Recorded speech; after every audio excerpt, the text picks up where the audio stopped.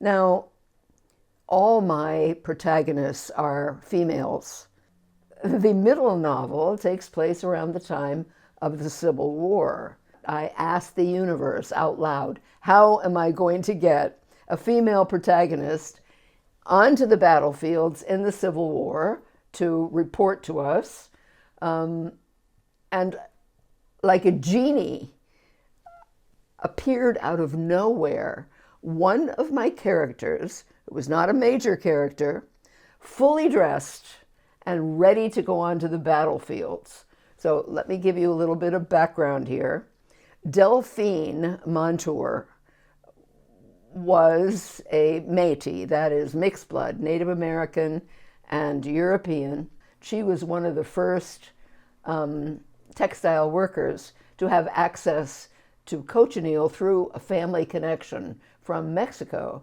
And so Delphine was making uniforms for what were called the Zouave units during the Civil War. And the Zouaves were styled after fierce North African warriors. And so she was making these Zouave uniforms.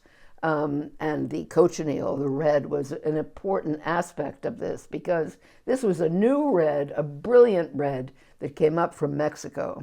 Now, Delphine was supplying all of the Zouave units. To be honest with you, in the early Civil War, there was a lot of spirit and dressing up. The Zouave units chanted, "Zoo, zoo, zoo, zoo," to terrify their enemies.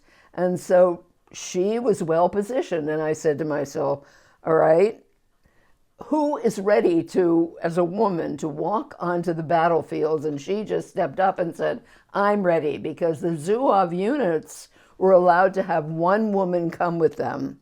She was called a vivandière, and she was supplied with brandy and water and drugs, probably, to help the morale of the soldiers.